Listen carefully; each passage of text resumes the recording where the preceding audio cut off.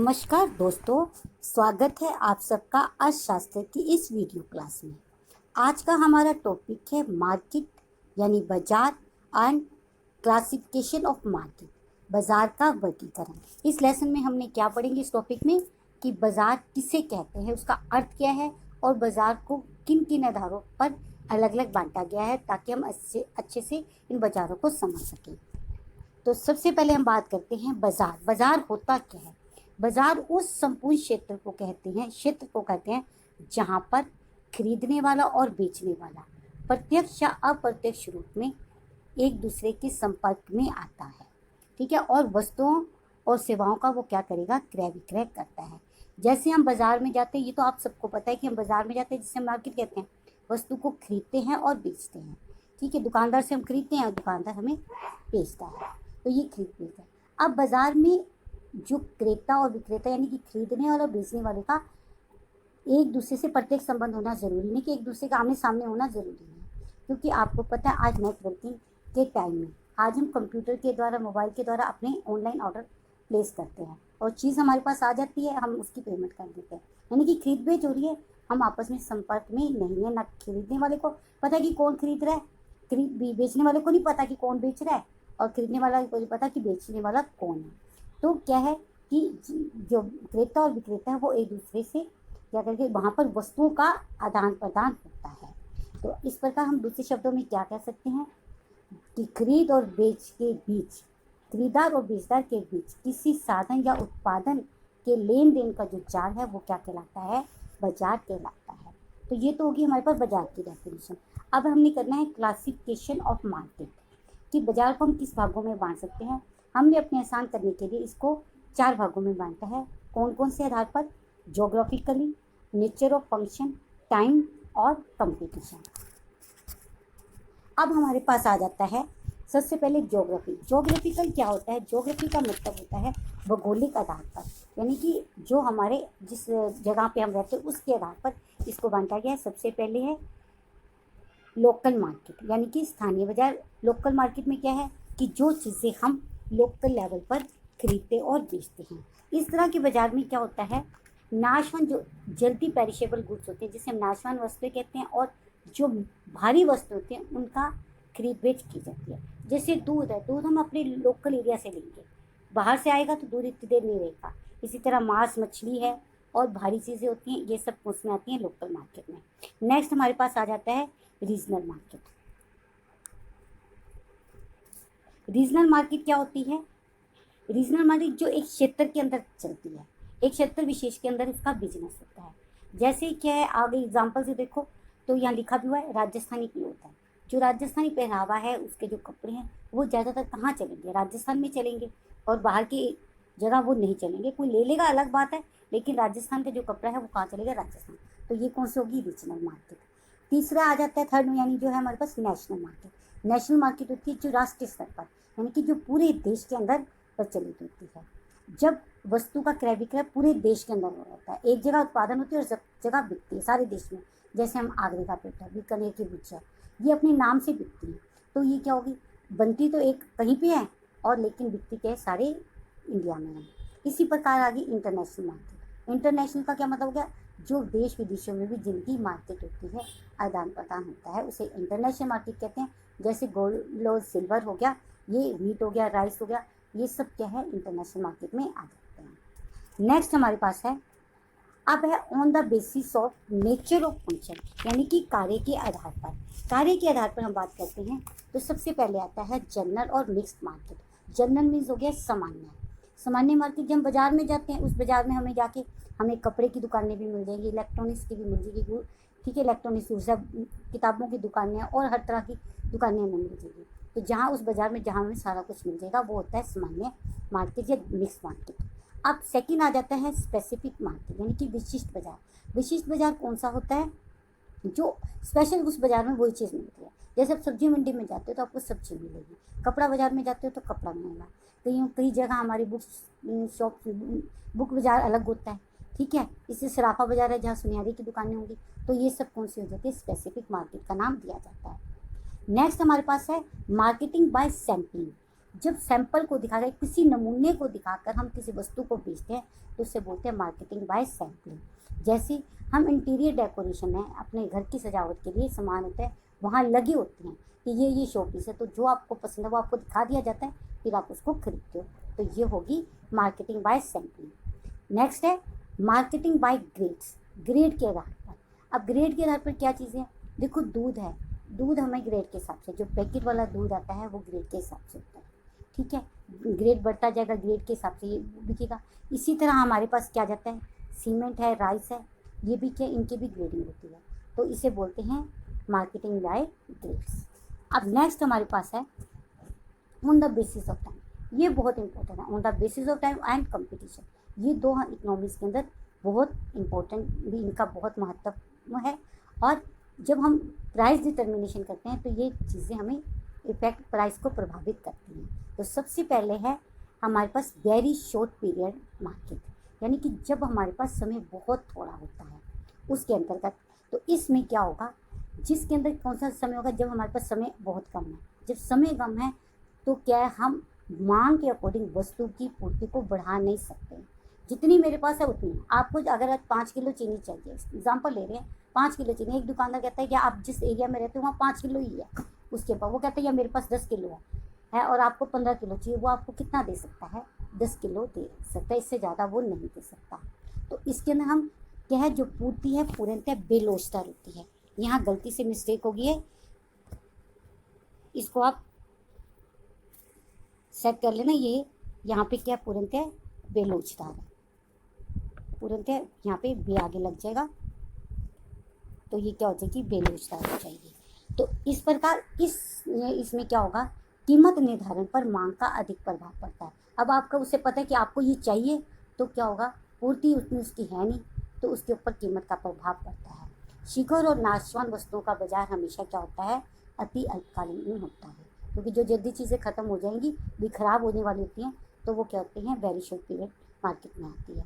Next हमारे पास है short period market, यानी कि अल्पकालीन बाजार। इसमें ये कौन सा बाजार होता है, जिसके अंतर्गत जब हम क्या करेंगे, कीमत में जब क्या है, वस्तु की पूर्ति को सिर्फ एक सीमा तक परिवर्तित किया जा सकता है, अर्थात क्या होगा कि समय केवल इतना ही होगा कि हम अपनी उत्पादन क्षमता तक पूर्ति बढ़ा सकते हैं। एक आदमी है, दिन में मान लो वो किसी चीज़ की 10 इकाइयाँ या 100 इकाइयाँ बना सकता है, तो वो 100 तक उत्पादन बढ़ा सकता है। अगर ज़्यादा चाहिए तो वो नया प्लांट नहीं लगा सकता।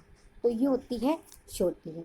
इसमें भी क्या है, कीमत निर्धारण पर मांग पर प्रभावित करता है, यानी कि मांग ज़्यादा होती है, पूर्ति हमारे पास कम है, तो कीमत बढ़ने के आसार रहते हैं, ठीक है।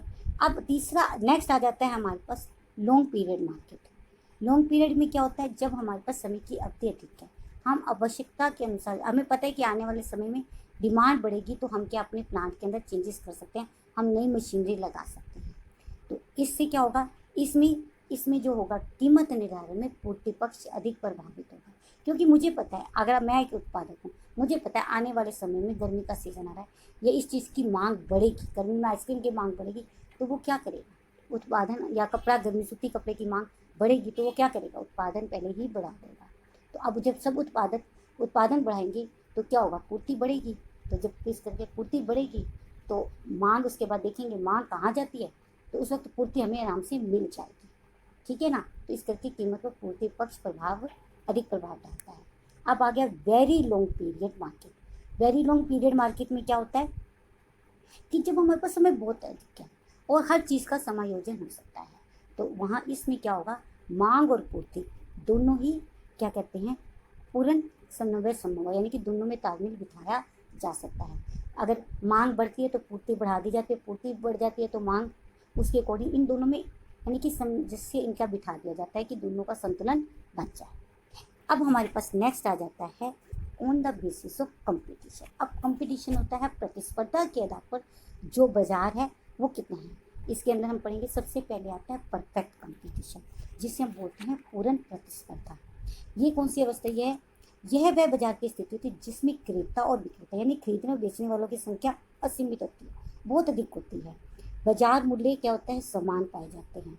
वस्तुएं जो बिकने को आ रही हैं वो बिल्कुल एक दूसरे के समरूप होती हैं, एक दूसरे के पूर्णतः स्थानापन्न होते हैं, यानी कि एक दूसरे का सब्स्टिट्यूट अवेलेबल होता है उनका। और यहाँ पर कीमत यहाँ पे फर्म और उद्योग में फर्क होता है। कीमत का निर्धारण उद्योगों द्वारा मांग और पूर्ति के द्वारा तय किया जाता है और फर्म उस कीमत को लेकर चलती है, उसको स्वीकार करेगी। जो फर्म होती है वो कीमत स्वीकारक होती है। जैसे अगर एग्जाम्पल है, चीनी का रेट है सरकार निर्धारित करती है, पीछे से ज़रा तो उस रेट पे आप कहीं से भी लोगे आपको सेम रेट मिलेगा, उसमें कोई किंतु परंतु कोई बढ़ा घटा नहीं सकता। तो इस करके इस बाजार में कभी भी कोई फर्म आ सकती है, कभी भी कोई जा सकती है। और दीर्घ काल में इस फर्म में क्या होता है, केवल और केवल सामान्य लाभ होता है और इस बाजार में किसी प्रकार का कोई प्रतिबंध नहीं होता। आम जो हम जनरल बात करें तो हमें ये मार्केट मिलती है, ठीक है। इसका शुद्ध रूप तो नहीं मिलता, लेकिन इससे मिलते मार्केट हमें आगे अब नेक्स्ट टॉपिक में आएगी जो हमें ज़्यादा देखने में मिलती है, क्योंकि आजकल मार्केट में बहुत तरह की चीज़ें आ रही हैं और हर चीज़ ओपन है। पहले कम था लेकिन अब ज़्यादा है, तो मार्केट का रूप भी बदल गया है। इसके बारे में फर्दर डिटेल हम नेक्स्ट अपने टॉपिक में करेंगे। आगे आ जाता है इम्परफेक्ट कंपटीशन। अब इम्परफेक्ट कंपटीशन को हिंदी में बोलते हैं अपूर्ण प्रतियोगिता। यह वह स्थिति होती है जिसमें क्रेता और विक्रेता की संख्या जो होती है सीमित होती है और इसमें क्या होता है, वस्तु विभेद पाया जाता है। कैसे, एक विक्रेता और दूसरे विक्रेता, एक विक्रेता की जो वस्तु है और दूसरे विक्रेता की वस्तु से बहुत क्या कहते हैं मिलती जुलती होती है और उसका सब्स्टिट्यूट होता है, सब्स्टिट्यूट भी होगा लेकिन उनके अंदर फिर भी फर्क देखने को मिलता है। एग्जाम्पल से समझते हैं, एग्जाम्पल से हमें आसानी से समझ आएगा। जैसे टेलीविज़न है, ठीक है, टेलीविज़न है तो कार है, फ्रिज है, इंच है, देखने में सब सारे सेम, लेकिन हर एक का अपना अपना रेट है, अपने अपने फंक्शन है। नेक्स्ट हमारे पास है, इसी के अंदर आगे दो भाग आ जाते हैं, इसके ऊपर छोटे छोटे कई बार क्वेश्चन पूछ लिए जाते हैं, तो हम इसे पढ़ लेते हैं। ड्यूपोली, ड्यूपोली क्या होती है, द्वैधाधिकार होता है। द्वैधाधिकार जिस बाजार में किसी वस्तु को बेचने वाले दो ही व्यक्ति होते हैं, यानी कि दो फर्में होती हैं, दो विक्रेता होंगे जो बेचने वाले होते हैं, ठीक है। दोनों की वस्तुएं क्या होंगी, समरूप होगी, थोड़ा बहुत विभेद उनमें भी पाया जाएगा। इस करके इन दोनों का जो डिमांड, जो रेवेन्यू वक्र होता है या मांग वक्र होता है, वो क्या होता है, ऋणात्मक ढाल वाला होता है। क्यों होता है, अगर एक को अपनी बाजार का हिस्सा ज़्यादा लेना है तो दूसरे को उसकी कीमत क्या होगी, कम करनी ही पड़ेगी, तभी वो दूसरे के साथ कम्पीट करेगा। अगर ये दोनों चाहे तो क्या होगा, अगर दोनों चाहे तो आपस में मिलकर एकाधिकार की स्थिति भी पैदा कर सकते हैं। अब है ओलिगोपोली, यानी कि अल्पाधिकार। ये कौन सी होती है, जिसके अंदर किसी वस्तु को बेचने वाले क्या होते हैं, विक्रेता बहुत थोड़े होते हैं, ठीक है। और इसमें क्या होता है, यह अपूर्ण प्रतियोगिता का ही रूप होता है और जिसमें किसी वस्तु के उत्पादक एवं विक्रेता की संख्या बहुत कम होती है। प्रत्येक फर्म की कीमत एवं उत्पादन नीति का प्रभाव दूसरी प्रतिस्पर्धी फर्म पर पड़ता है। चीज़ें कम है, ये सेम उसी के जैसा ही है जो हमने पहले अपूर्ण प्रतिस्पर्धा पढ़ी, उसके जैसे सी मार्केट है। अब नेक्स्ट हमारे पास आ जाता है मोनोपोली। मोनोपोली क्या होती है, इसका है एकाधिकार, नाम से होता है जिस बाजार में किसी वस्तु को उत्पादन या बेचने वाला केवल एक ही व्यक्ति होता है, यानी एक ही विक्रेता होता है और खरीदने वाले बहुत अधिक होते हैं। जब एकाधिकार की स्थिति है तो वो कीमत भी निर्धारित भी वो करेगा, ठीक है, और वो जितना मर्जी कीमत निर्धारित कर सकता है, लेकिन इसमें भी जो मांग वक्र होगा वो भी ऋणात्मक ढाल वाला होता है। वो कहता है चाहे वो एकाधिकार की स्थिति में है, लेकिन फिर भी अगर उसे अपनी वस्तु को ज़्यादा बेचना है तो क्या होगा, उसे अपनी वस्तु की कीमत को कम करना पड़ेगा। आज के इस टाइम में हमें एकाधिकार की स्थिति बहुत कम देखने में मिलती है, क्योंकि हर जगह सब मार्केट खुली है। अगर आप एग्जाम्पल से थोड़ा सा समझें तो हम ले सकते हैं कि जैसे हम रेलवे है, रेलवे हमारी सरकार के अधीन है, तो इसके अंदर क्या होता है, इसमें कीमत भी भेद पाया जाता है। अब मैं रेलवे की एग्जांपल दे रही हूँ, उसके साथ साथ समझाती हूँ। इसमें क्या होता है, कीमत भी होता है। जो विक्रेता यानी जो एकाधिकारी है वो अपनी एक ही चीज़ की जो कीमत है अलग अलग कस्टमर से अलग अलग लेता है, ठीक है, और इस प्रकार वो अपना जो इनकम है वो ज़्यादा बढ़ाता है या रेवेन्यू बढ़ाता है। कैसे, देखो, अगर आप एक ट्रेन है, ट्रेन एक गाड़ी है, पैसेंजर है, एक एक्सप्रेस है और एक उससे स्टाफडी है या दूसरी उससे सुपरफास्ट है, इन सब के किराए अलग अलग है। पैसेंजर गाड़ी भी आपको मान लो एक जगह से दूसरी जगह पे लेके जा रही है, उसका किराया बहुत कम होगा, और वहीं वो शताब्दी है उसका रेट बहुत ज़्यादा होगा। जो मेल है, एक्सप्रेस है, उसका रेट उससे कम होगा, जाना आपने वहीं है। और एक ट्रेन के अंदर ही क्या होगा, वो आप अगर सेकंड क्लास में सफ़र कर रहे हो, ट्रैवल कर रहे हो, तो आपका कम पैसे लगेंगे। उसी ट्रेन में जाते हुए अगर फर्स्ट क्लास में जा रहे हो तो आपका रेट टिकट का किराया ज़्यादा होगा, अगर एसी में जा रहे हो उससे भी ज़्यादा होगा। तो एकाधिकारी क्या होता है, जिसमें कीमत विभेद पाया जाता है। तो ये हमारे पास थी एक, इसके अंदर बीच में रह गई, सॉरी। थर्ड नंबर सेकंड का थर्ड वन है मोनोपोलिस्टिक कंपटीशन। मोनोपोलिस्टिक कंपटीशन क्या होता है, मोनोपोलिस्टिक कंपटीशन जिसे हम बोलते हैं एकाधिकारात्मक। ये बाजार में क्या होता है, किसी वस्तु को बेचने वाले और खरीदने वाले दोनों ही क्या होते हैं, असंख्य होते हैं इनमें। ठीक है, इनमें भी क्या होता है, वस्तु विभेद पाया जाता है। वस्तुएं समरूप होती हैं, एक दूसरे के स्थानापन्न होती है, लेकिन वस्तु विभेद पाया जाता है। जैसे हम आजकल अपने बाजार में देखते हैं, पेस्ट है, कोलगेट लो, पेप्सोडेंट लो, ठीक है, सिबाका लो, बहुत सारी पेस्ट आ रही है, चाय पत्ती अलग अलग आ रही है, हर चीज़ के अलग अलग ब्रांड के अलग अलग चीज़ें आ रही है। तो काम तो सभी एक ही करती हैं, लेकिन हर एक की अपनी प्राइस हैं और अपनी क्वालिटी है, अपना थोड़ा थोड़ा कुछ ना कुछ डिफरेंस रखा हुआ है। तो ये बाजार है। तो इस बाजार में क्या होता है कि जो विक्रेता है उसका जो मांग वक्र होता है वो भी ऋणात्मक ढाल वाला होता है। क्यों होता है, क्योंकि अगर एक विक्रेता को बाजार में अपना हिस्सा, मार्केट में अपना हिस्सा ज़्यादा लेना है तो उससे अपनी वस्तु की कीमत को कम करना पड़ेगा, और इस करके ये ढाल क्या होता है, ऋणात्मक ढाल वाला होता है। तो ये आपको यहाँ तक समझ आ गया। इसके बाद हमने मोनोपोली पहले पढ़ ली, तो ये हमने सब कर लिया। इस बाजार को जब हम आगे इनके बाद आगे फर्दर इसके बारे में स्टडी करेंगे, तो इसके अंदर प्राइस डिटर्मिनेशन कैसे होता है उसमें ये हमारी बहुत हेल्पफुल, ये डेफिनेशंस हैं जो हमारी बहुत हेल्पफुल करेंगे। तो ये टॉपिक आज हमारा यहीं पे कंप्लीट होता है। Thank you.